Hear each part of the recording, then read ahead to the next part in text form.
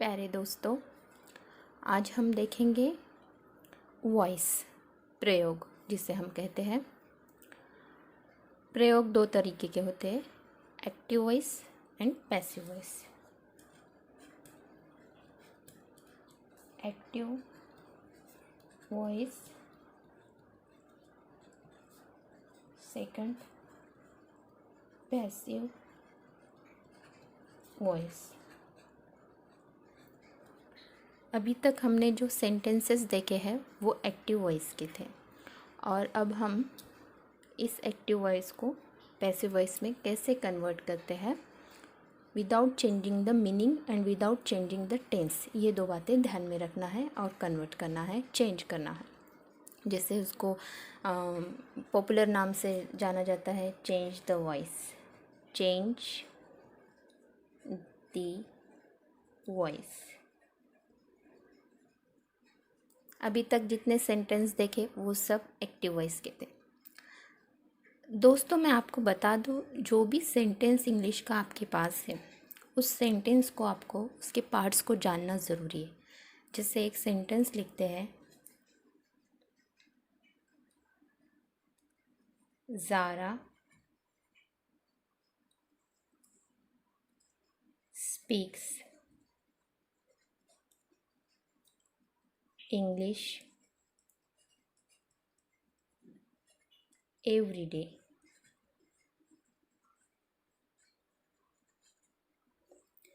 Zaara speaks English every day.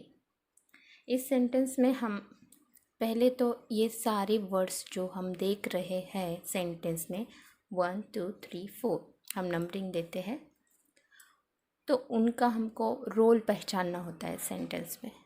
पहली step होती है, जैसे हमको पता है स्पीक ये वर्ब है, मेन वर्ब है, और यहाँ पे सफिक्स लगा है, ये फर्स्ट फॉर्म को ही लगता है सफिक्स, तो ये first form of the verb है। हम जानते हैं जब हम हु का इस्तेमाल करते हैं, हु इस क्वेश्चन को इस्तेमाल करते हैं, वर्ब को जब हम ये क्वेश्चन करते हैं, हु स्पीक्स, कौन बात करता है, तो आंसर मिलता है ज़ारा, वो हमारा सब्जेक्ट होता है, सब्जेक्ट। और जब हम वर्ब को व्हाट, हुम, सिर्फ इन दो में से ही, ये दो ही क्वेश्चंस जब हम करते हैं और इनका आंसर हमें सेंटेंस में मिलता है, तो हमको ऑब्जेक्ट मिलता है। Speaks, what speaks English, answer मिल गया है, फिर वो बनेगा, वो आंसर बन जाता है ऑब्जेक्ट। और हुम स्पीक्स, किससे बात करती है ज़ारा, उसका आंसर हमको नहीं मिल रहा है। और एवरीडे जो है कि कब बात करती है, उसकी फ्रीक्वेंसी क्या है बात करने की, how much, how many times, वो सब जो भी कॉम्प्लीमेंट है, other part of the verb, इसे कॉम्प्लीमेंट हम कह रहे हैं। तो सब्जेक्ट वर्ब ऑब्जेक्ट कॉम्प्लीमेंट, ये जो एग्रीमेंट है हमारा, ये सेंटेंस के पार्ट्स होते हैं। सब्जेक्ट, इंग्लिश सेंटेंस के पार्ट्स होते हैं सब्जेक्ट वर्ब ऑब्जेक्ट कॉम्प्लीमेंट। और यहाँ पर जो है तो मेन चेंज होता है टेंस के अकॉर्डिंग, इतने ही पार्ट्स में। ये जो वर्ब देख रहे हैं आप, जैसे कि अभी ये सिंपल प्रेजेंट टेंस का है, हमने सिंपल प्रेजेंट टेंस स्टडी किया है अभी तक, इसलिए मैं वो उसमें ही सेंटेंस ले रही हूँ। आगे चल के हम हर टेंस में सेंटेंसेस देखेंगे, जैसे जैसे हम टेंसेस सीखते चले जाएंगे। ज़ारा डज, जैसे कि हम जानते हैं सफिक्स एस हो, ई एस हो, आई एस हो, हमें हेल्पिंग वर्ब डज लेना होता है। और जैसे ही हम हेल्पिंग वर्ब एक्सट्रैक्ट करते हैं, बाहर निकालते हैं मेन वर्ब से, मेन वर्ब का ओरिजिनल फॉर्म हमें लिखना पड़ता है। हम डबल नहीं लिखेंगे, ज़ारा डज स्पीक्स, ऐसे डबल नहीं लिखेंगे हम, ज़ारा डज स्पीक ऐसे लिखेंगे। यहाँ पे ज़ारा स्पीक्स, यहाँ पे Zara does speak English everyday. ये मैंने आपको इन्फॉर्मेशन के लिए बताया है, ये हम लोग जानते हैं, इसके पहले के वीडियोस में हम ये देख चुके हैं। तो दोस्तों, अभी जब हमको ये हमारा सेंटेंस एक्टिव वॉइस में है। जब हम सेंटेंस बनाते हैं, जब फर्स्ट टाइम हम लर्निंग करते हैं लाइफ में कोई लैंग्वेज को, तब हमको कोई ये नहीं बोलता कि आप एक्टिव वॉइस सीख रहे हो। अब हम सीख चुके हैं, तो ये जो सेंटेंस हम बनाना सीखे थे वो एक्टिव वॉइस के थे। पैसिव वॉइस में क्या करना होता है? एक्टिव वॉइस को जानते हैं पहले अच्छे से। एक्टिव जब सब्जेक्ट होता है सेंटेंस में, तब उसे कहते हैं वो सेंटेंस एक्टिव वॉइस है। सब्जेक्ट किसका होता है? वर्ब का होता है, क्योंकि वर्ब तो एक्शन विद टाइम होता है, और एक्शन कौन कर रहा है? टाइमिंग को अटैच कर कर एक्शन कौन कर रहा है? वो करने वाला वर्ड वो सब्जेक्ट होता है, सब्जेक्ट होता है सेंटेंस में। तो देखते हैं कि यहाँ पे ज़ारा है, तो ज़ारा बात करती है इंग्लिश रोज़ाना। रोज़ाना ज़ारा इंग्लिश में बात करती है, इंग्लिश बोलती है। अब हमको ये जो क्रेडिट मिला हुआ इस सेंटेंस में सब्जेक्ट को, वो क्रेडिट उससे छीन लेना है। मान लो उसे हमको पैसिव कर देना है, और टूल हमें देना है ऑब्जेक्ट को। जैसे इंग्लिश, हमें जोर देना है ऑब्जेक्ट पर। English is spoken every day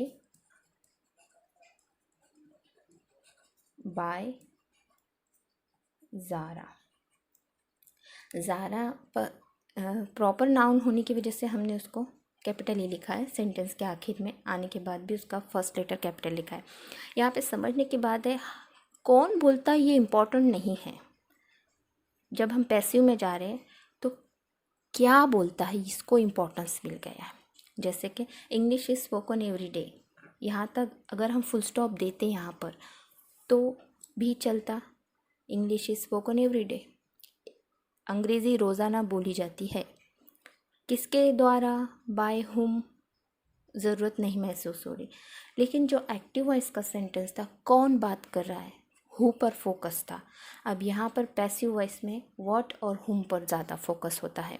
जब व्हाट और हुम के आंसर्स इम्पोर्टेंट होते हैं, उनके बारे में डिस्कशन इम्पोर्टेंट हो जाता है, तब हमको पैसिव वॉइस का इस्तेमाल बहुत ज़रूरी हो जाता है।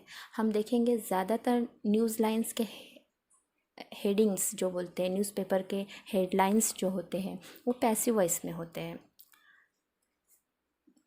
कैसे हुआ ये सब देखेंगे। इसके हम रूल्स बोलो या फिर एक फ़नी वे से जाएंगे। जैसे हमने पहले क्या ले लिया? ऑब्जेक्ट। अब इस कहाँ से आ गया? ये कहाँ से टपक गया सेंटेंस के अंदर? यहाँ तो कहीं भी नहीं दिखाई दे रहा।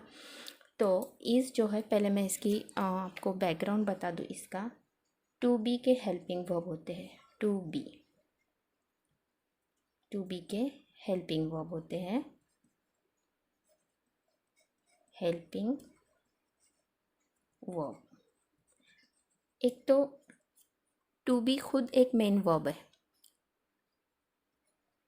टू बी वॉज, या फिर सेकंड प्लूरल में वर, थर्ड फॉर्म बीन, और फोर्थ फॉर्म बीइंग, इस तरह से। अभी देखेंगे इसके हेल्पिंग वर्ब प्रेजेंट में कौन कौन से होते हैं, प्रेजेंट और पास्ट में कौन कौन से होते हैं। हम सब उनको जानते हैं, क्योंकि कंटिन्यूअस टेंस सभी का फेवरेट टेंस होता है, छोटे बड़े बूढ़ों का। I am going, I am sitting, they are coming, she is singing, she is teaching, we are listening, इस तरह से। तो एम, इज़, आर, यहाँ पर हमको इसको एक डिफ़ाइन करना है कि टू बी के प्रेजेंट के helping verbs am, is, are है। आर जो है तो प्लूरल है, अनेक वचन है, बहुवचन है। एम इज़ एक वचन है। और पास्ट में वॉज, वर, बस इन पांचों को। अभी हम सिंपल प्रेजेंट टेंस में हैं, हम इन तीनों का इस्तेमाल करेंगे। जब पास्ट में होंगे वॉज, वर का करेंगे। तो जो हमारा पैसिव वॉइस होता है, सिंपल प्रेजेंट टेंस की बात की जाए ख़ास तौर पर, तो वहाँ पर टू बी के हेल्पिंग वर्ब्स का इस्तेमाल होता है। ये बस ये सेंटेंस आप याद रखिए। सिंपल प्रेजेंट टेंस में हूँ मैं, मुझे पैसिव में जाना है, मुझे टू बी के हेल्पिंग वर्ब्स लगेंगे। अब टू डू के लगेंगे क्या? टू डू के डू डज डिड बिल्कुल नहीं लगेंगे। जब मैं एक्टिव में होंगी, एक्टिव वॉइस में होंगी, तब मुझे डू डज की ज़रूरत पड़ेगी। जब मैं पैसिव वॉइस में हूँ, सिंपल प्रेजेंट टेंस के, तब मुझे टू बी के हेल्पिंग वर्ब्स की आवश्यकता होती है। जैसे मैंने ले लिया पहले ऑब्जेक्ट, तो अभी जैसे कि सब्जेक्ट और वर्ब में एक जो सब्जेक्ट होता है सेंटेंस में और जो वर्ब होता है, इनके बीच में एक एग्रीमेंट होता है, एक करार हो जाता है कि सब्जेक्ट अगर सिंगुलर हो वर्ब सिंगुलर रहेगा, सब्जेक्ट अगर प्लूरल हो वर्ब प्लूरल होगा। बोले तो बैलेंस होगा, बिल्कुल भी इम्बैलेंस में ये दोनों नहीं चलते। ये हो गया नंबर के लिए, ठीक है। नंबर, दोनों का नंबर सेम होना चाहिए। नेक्स्ट बात है, दोनों का टेंस सेम होना चाहिए। टेंस, टेंस यानी टाइम, टेंस के माना टाइम यहाँ पर, यानी अगर सब्जेक्ट सॉरी यहाँ पर नहीं, यहाँ पर नहीं, ये यहाँ पर इतना ज़रूरी नहीं है। जो वर्ब का टाइम है, वर्ब टाइम जो लेना है हमको, वर्ब का लेना है। वर्ब का टाइम, ये जो मेन वर्ब है उसका टाइमिंग और आने वाले टू बी के हेल्पिंग वर्ब का टाइमिंग सेम, यानी प्रेजेंट टाइम में ये है तो हमको टू बी का हेल्पिंग वर्ब प्रेजेंट में ही लेना होगा। नेक्स्ट, जो भी हमारा मेन वर्ब है उसका हमको हमेशा past participle, third form of the verb इस्तेमाल करना है। जैसे कि यहाँ पे बीन पास्ट पार्टिसिपल है, to be, was, were, been, being इस वर्ब में। जैसे टू स्पीक में, जैसे मैंने आपको वर्ब्स की लिस्ट दी है, उसमें आप देख सकते हैं मैंने 4 फॉर्म ऑफ द वर्ब्स दिए हैं, बहुत सारे वर्ब्स 50 तकरीबन दिए होंगे अभी तक। उसमें आपको मैंने पूरा एक्सप्लेन करा दिया है कि कैसे हमको वर्ब्स को मेमोराइज़ करना है और कितने ज़रूरी है उनके चारों फॉर्म्स याद रखना। जैसे हम स्पीक को ले लेते हैं, to speak, spoke, spoken, speaking. Fourth form जो है ये मैं जो लिख रही हूँ स्पीकिंग या फिर प्रेजेंट पार्टिसिपल, ये बहुत आसान होता है। फर्स्ट फॉर्म को आईएनजी सफिक्स लगा देते हैं। लेकिन जो सेकंड और थर्ड फॉर्म है उसमें भी जब हम पैसिव वॉइस लर्न करते हैं तो सिर्फ हमको third form of the verb, past participle of the verb must है, मालूम होना, कंपल्सरीली हमको पता रहना चाहिए कि ये जो वर्ब यहाँ पे आया है सेंटेंस में एक्टिव के, तो उसका जो है तो पास्ट पार्टिसिपल क्या है, अदरवाइज़ हम पैसिव में नहीं जा सकते। तो सेकंड चीज़ ये है इम्पॉर्टेंट, जैसे मैंने आपको बोला कि पार्ट्स ऑफ द सेंटेंस आपको पता रहना चाहिए। नेक्स्ट, आपको वर्ब के सारे फॉर्म्स पता रहना चाहिए, या फिर एटलीस्ट पास्ट पार्टिसिपल वर्ब का आपको पता रहना चाहिए। ओके, तो आपने ले लिया यहाँ पे past participle of the main verb. Main verb जो प्रेजेंट फर्स्ट फॉर्म में था उसको आपने पास्ट पार्टिसिपल में ले लिया, और जो उसका प्रेजेंट की जो आइडेंटिटी थी वो टू बी के हेल्पिंग वर्ब ने यहाँ पे इंटैक्ट रखी है, उसको धक्का नहीं लगा है। यानी ये सेंटेंस का जो टाइमिंग है वो चेंज नहीं होने वाला है। जो उसका टाइमिंग है ना, जैसे यहाँ पे प्रेजेंट में, तो यहाँ पे भी अभी वो प्रेजेंट में आ गया। और उसके बाद हम जब पास्ट पार्टिसिपल वर्ब का तीसरा फॉर्म लेते हैं, उसके बाद हम कॉम्प्लीमेंट जो भी होगा या फिर जो भी वर्ड्स का जो वर्ड्स, एक वर्ड हो सकता है कॉम्प्लीमेंट, बहुत सारे वर्ड्स होते हैं, वो वहाँ पे हम V3 लेने के बाद में ले लेते हैं। उसके बाद में बाय का यूज़ होता है, BY बाय का, और ज़ारा, ये जो है जो भी सब्जेक्ट है यहाँ पे हम लास्ट में लेते हैं, और फुल स्टॉप। जैसे अब हम एग्जाम्पल के थ्रू पूरे हमारे एक्सप्लेनेशन को समझ के लेंगे। जैसे राज प्लेज क्रिकेट ऑलवेज। अभी हमको समझना होगा, प्लेस मेन वर्ब है, राज सब्जेक्ट है, व्हाट प्लेस क्रिकेट ऑब्जेक्ट, और ऑलवेज जो है तो कॉम्प्लीमेंट है। ये आपको फास्ट आ जाना चाहिए आइडेंटिफिकेशन। हमारा पहला रूल क्या बोलता है, जो ऑब्जेक्ट है पैसिव वॉइस में आने के लिए उससे पहले हम लिख लेंगे, उसे हम सब्जेक्ट की जगह पर प्लेस करेंगे, क्योंकि हमको अभी कौन खेलता है वो ज़्यादा इम्पोर्टेंट नहीं लग रहा, क्या खेलता है ये ज़्यादा इम्पोर्टेंट लग रहा है, क्योंकि हमको पैसिव सेंटेंस, पैसिव कंस्ट्रक्शन में जाना है। तो क्रिकेट। अब हम देखते हैं वर्ब का जो है तो टेंस क्या है, प्रेजेंट टेंस है। और क्रिकेट जो है तो सिंगुलर है या प्लूरल है, तो सिंगुलर है। तो सिंगुलर और प्रेजेंट में, प्रेजेंट और सिंगुलर में टू बी का कौन सा हेल्पिंग वर्ब है, इज़, क्योंकि एम तो आई के साथ ही रहेगा। ये इन लोगों की ऐसी जोड़ी है, एम ऐसा सेपरेट बना हुआ जो आई के साथ रहना चाहता है, आई उसी को रूल करता है, एम आई के साथ ही जाता है। तो वो तो किसी भी सिंगुलर नाउन प्रोनाउन के साथ बिल्कुल नहीं जाएगा, चाहे वो प्रेजेंट में हो। तो उसके लिए हमें इज़ लेना होता है। ठीक है, ये सेकंड स्टेप हो गए। अब थर्ड स्टेप में हमको जो हमारा वर्ब होता है उसका पास्ट पार्टिसिपल लेना होता है, प्लेड। अब यहाँ पे क्या क्या चेंजेस हो गए कि प्ले का पास्ट पार्टिसिपल ले लिया, third form of the verb ले लिया, और इसका जो टेंस था वो इस टू बी के हेल्पिंग वर्ब के थ्रू हमने इंटैक्ट रखा, अबाधित रखा, उसे बिल्कुल भी हमने बदलने नहीं दिया। ये मेन है। देखो दोस्तों, ये आत्मा होता है सेंटेंस का, कि आप कर क्या रहे हो उस सेंटेंस में। आप ऑब्जेक्ट सब्जेक्ट के जगह पे से ले लोगे, इंटरचेंज कर लोगे, कॉम्प्लीमेंट और बाय का इस्तेमाल भी कर लोगे, लेकिन यहाँ पर जो भी होगा ये दोनों में ये मेन है। एक तो बात तय है, आपको अगर पैसिव में जा रहे हो ऑब्जेक्ट लेना है और V3 लेना है, यहाँ पर आपका ध्यान ज़्यादा होना चाहिए कि मैं क्या ले रही हूँ।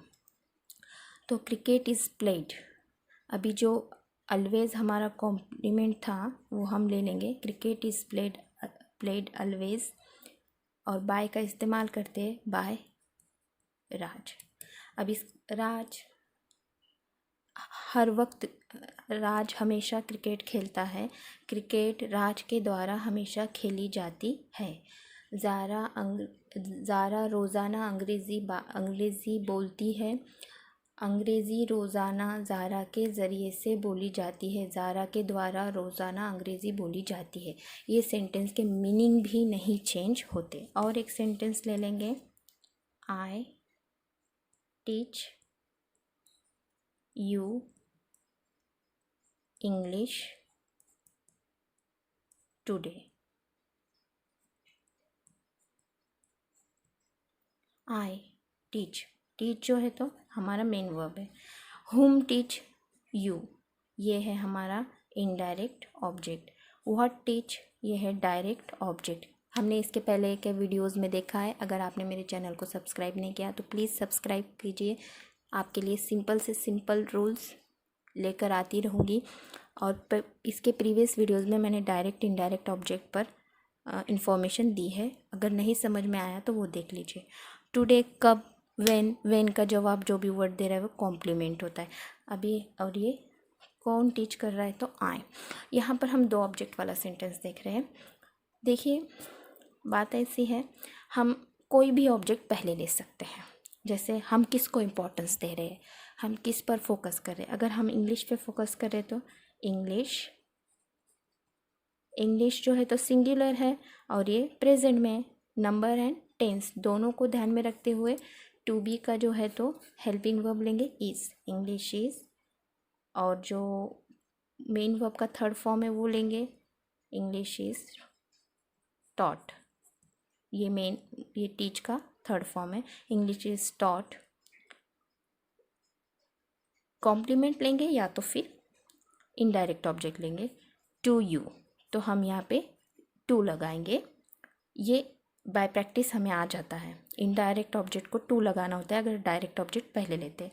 टू यू, देन कॉम्प्लीमेंट ले लेंगे टुडे, बाय का इस्तेमाल करेंगे, और आई जो सब्जेक्ट प्रोनाउन है उसको हमको कन्वर्ट करना है ऑब्जेक्ट प्रोनाउन में, जो कि है मी, बाय मी।